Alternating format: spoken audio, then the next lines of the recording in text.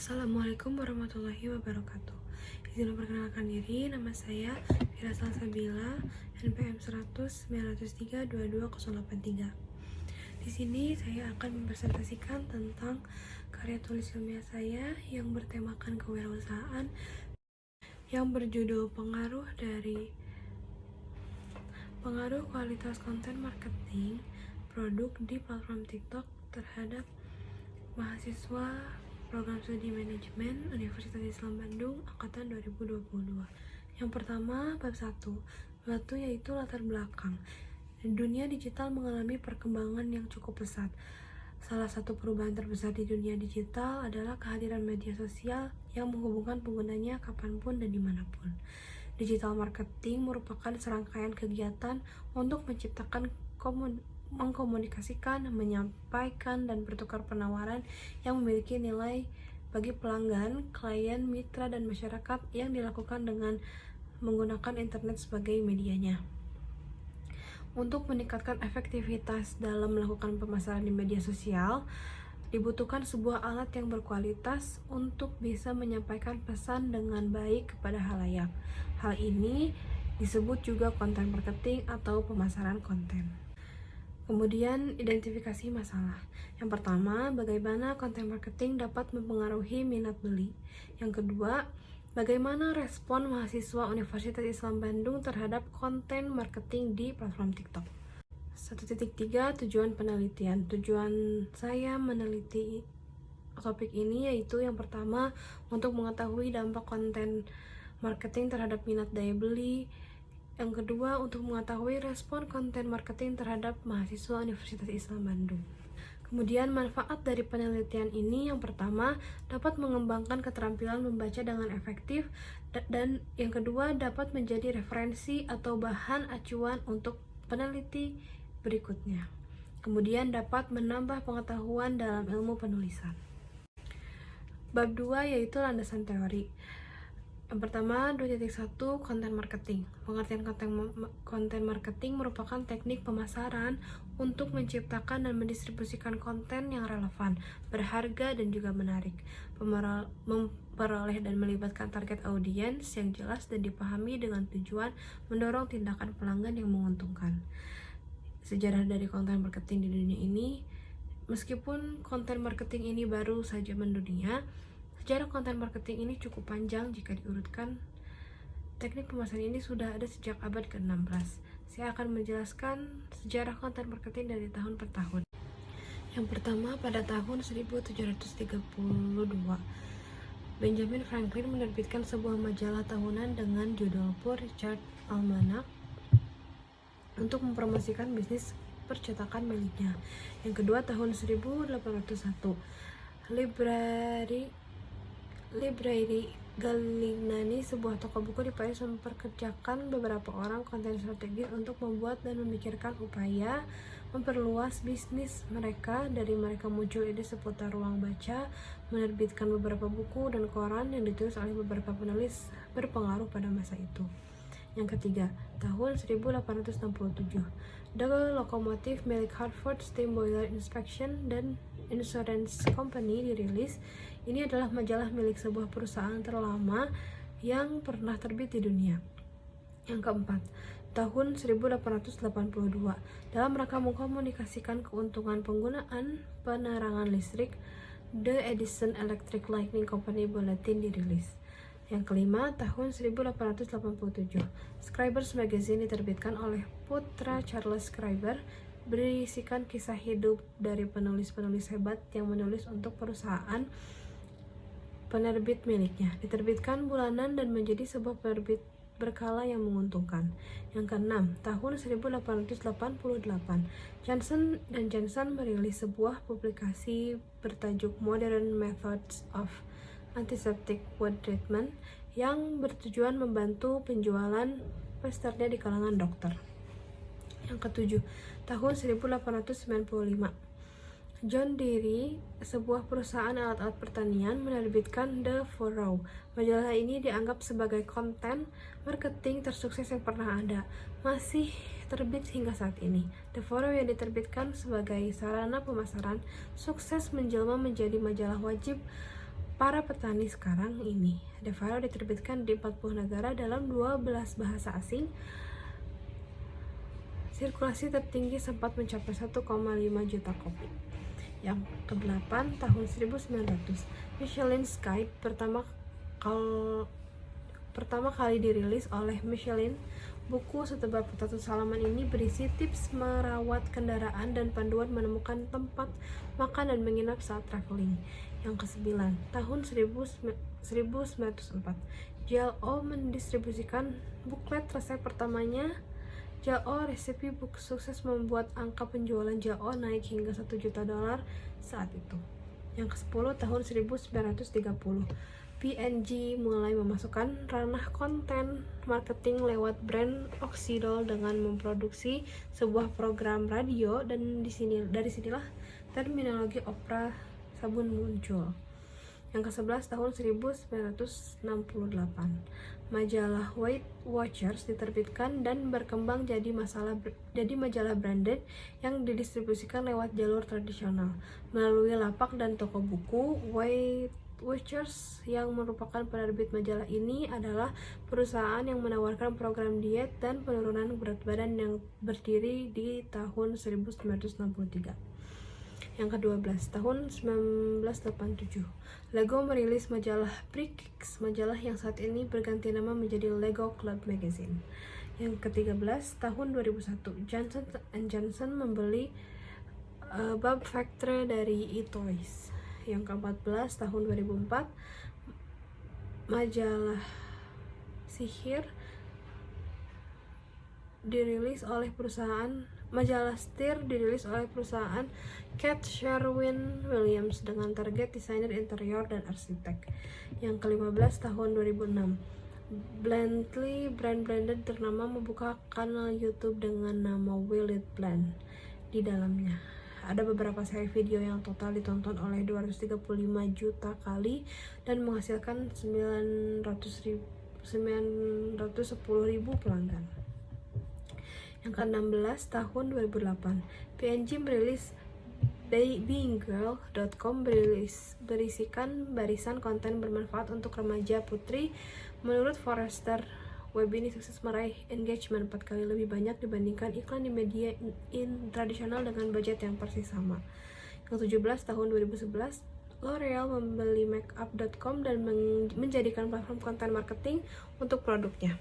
Yang ke-18, tahun 2014, Marriott merilis internal kreatif dan konten marketing studio berpartner dengan membuat studio ternama dan menghasilkan konten video yang cukup dinikmati oleh banyak orang. Selanjutnya ada konsep konten marketing. Agar dapat menggunakan dan memasarkan produk secara efektif, pembisnis harus menggunakan konsep yang tepat dan relevan kepada audiens. Perhatikanlah bagaimana target audiens akan sadar, mempertimbangkan hingga pada akhirnya tertarik dengan konten marketing yang tersedia. Berikut 3 konsep dari konsep marketing. Yang pertama, kesadaran audiens. Yang kedua, pertimbangan audiens. Dan yang ketiga, penentuan audiens. Selanjutnya, manfaat konten marketing. Manfaat dari konten marketing itu yang pertama, mendatangkan traffic yang Anda targetkan. Yang kedua, konten marketing sebagai sarana untuk membangun brand awareness. Yang ketiga, mempercepat peningkatan leads dan penjualan. Yang keempat, reputasi thought leader bagi pemilik bisnis. Yang kelima, engagement meningkat. 2.1.5 yaitu langkah-langkah membuat konten marketing. Yang pertama, tentukan tujuan. Yang kedua, pemetaan audiens. Yang ketiga, ideasi konten dan planning. Yang keempat, menciptakan sebuah konten. Yang kelima, distribusi konten. Yang keenam, amplifikasi konten. Yang ketujuh, evaluasi konten marketing. Dan yang terakhir, mengembangkan marketing. Selanjutnya 2.2 yaitu kualitas konten marketing. Penggunaan internet di Indonesia meningkat dari tahun ke tahun. Menurut laporan We Are Social terbaru, pada tahun 2020 pengguna internet di Indonesia mencapai 175,4 juta orang atau sekitar 64%. Dari jumlah penduduk dibandingkan tahun sebelumnya meningkat 17% atau 25 juta pengguna internet di Indonesia. Persentase penggunaan internet berusia 16 sampai 64 tahun. Dengan meningkatkan jumlah penggunaan internet di Indonesia, banyak aplikasi yang digunakan sebagai sarana untuk mencari informasi. Salah satu aplikasi tersebut yaitu TikTok. Aplikasi TikTok Aplikasi TikTok ini tidak hanya digunakan untuk eksistensi atau mencari hiburan saja, tetapi para pebisnis pun memanfaatkannya untuk memperindah konten mereka berupa video yang kemudian diunggah ke dalam aplikasi tersebut. Pengguna aplikasi TikTok meningkat 20% selama pandemi dibanding sebelumnya. 2.3 yaitu minat beli. Minat merupakan keadaan di mana adanya rasa tertarik untuk melakukan suatu hal atau sebelum memutuskan tindakan tertentu. Kinnear dan Taylor dalam Amalia 2020 menyatakan bahwa minat beli merupakan kecenderungan perilaku konsumen untuk menyikapi ketertarikan pada suatu barang sebelum memutuskan untuk benar-benar membeli. Minat beli muncul karena adanya persaingan dari sesuatu yang dilihat sehingga memunculkan rasa tertarik. Suatu produk bisa dikatakan sukses dinilai dari seberapa jauh kemampuan produk atau merek dapat diminati oleh konsumen. Ada beberapa indikator yang dapat diidentifikasi sebagai minat beli menurut Auguste Ferdinand Amalia 2020, yaitu yang pertama, minat transaksional, yang kedua, minat referensial, yang ketiga, minat preferensial, dan keempat, minat eksploratif. Selanjutnya 2.4 yaitu pemasaran.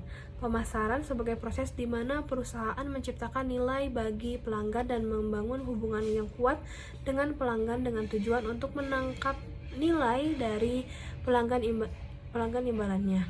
Unsur pokok yang dapat dalam konsep pemasaran menurut Kotler dan Kevin Lane Keller yaitu yang pertama kebutuhan yang diakui, yang kedua kebutuhan nyata, yang ketiga kebutuhan yang tidak disebutkan, yang keempat kebutuhan kesenangan, yang kelima kebutuhan rahasia. 5. Keputusan pembeli. Keputusan pembeli merupakan bentuk rasa percaya diri yang dominan dalam diri konsumen yang berupa kepercayaan bahwa keputusan pembelian produk yang diambilkan adalah keputusan yang tepat.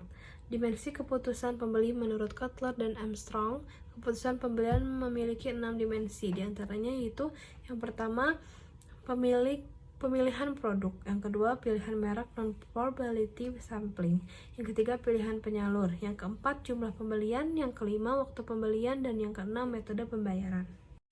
2.6 yaitu digital marketing. Digital marketing merupakan 2.6 yaitu digital marketing. Digital marketing merupakan aplikasi dari internet dan berhubungan dengan teknologi digital di mana di dalamnya berhubungan dengan komunikasi tradisional untuk mencapai tujuan pemasaran. Hal tersebut dapat dicapai untuk meningkatkan pengetahuan tentang konsumen seperti profit, perilaku, nilai, dan tingkat loyalitas. Kemudian menyatukan komunikasi yang ditargetkan dan pelayan online sesuai kebutuhan masing-masing. Pada dasarnya, digital marketing merupakan kegiatan pemasaran yang menggunakan media digital dengan menggunakan internet yang memanfaatkan media berupa web, sosial media, email, database, mobile atau wireless, dan digital TV guna meningkatkan target konsumen. Kemudian aplikasi TikTok merupakan aplikasi yang berasal dari Tiongkok. Aplikasi TikTok ini dulu bernama Douyin, di mana penggunanya bisa membagikan video berdurasi 15 detik. Selanjutnya bab 3 yaitu analisis dan pembahasan. Yang pertama mencakup fenomena. Kehadiran internet menciptakan perubahan yang sangat besar di kehidupan manusia. Segala aspek terpengaruh akibat adanya internet. Salah satunya aspek sosial. Internet merubah proses sosial dan munculnya fenomena-fenomena sosial baru di masyarakat. Bahkan menciptakan dunia dan masyarakat baru dalam sistem digital. Di era digital ini, segala kegiatan dilakukan dengan online, apalagi dengan hadirnya media sosial. Selanjutnya ada analisis data. Metode analisis. Adapun metode yang dilakukan dalam analisis ini adalah dengan mengelompokkan dan mengategorikannya data dari pengelompokan dan pengategorikan tersebut kemudian diinterpretasikan. Untuk mendapatkan data yang dibutuhkan digunakan metode kuesioner untuk mengumpulkan data sampel dengan populasi seluruh mahasiswa Fakultas Ekonomi dan Bisnis Universitas Islam Bandung yang pernah melihat konten marketing di platform TikTok. Responden. Dari data yang didapat berdasarkan usianya kebanyakan berumur 19-22 tahun dengan persentase 75%. Bisa dilihat dari bagian berikut. Kemudian sementara itu, berdasarkan kategori jenis produk yang paling diminati, didapati frekuensi data dengan paling banyak menyukai fashion. Bisa diperhatikan di bagian berikut ini. yang mana sejalan dengan kategori gender yang didominasi oleh perempuan dengan frekuensi sebesar 23 dari 36 responden.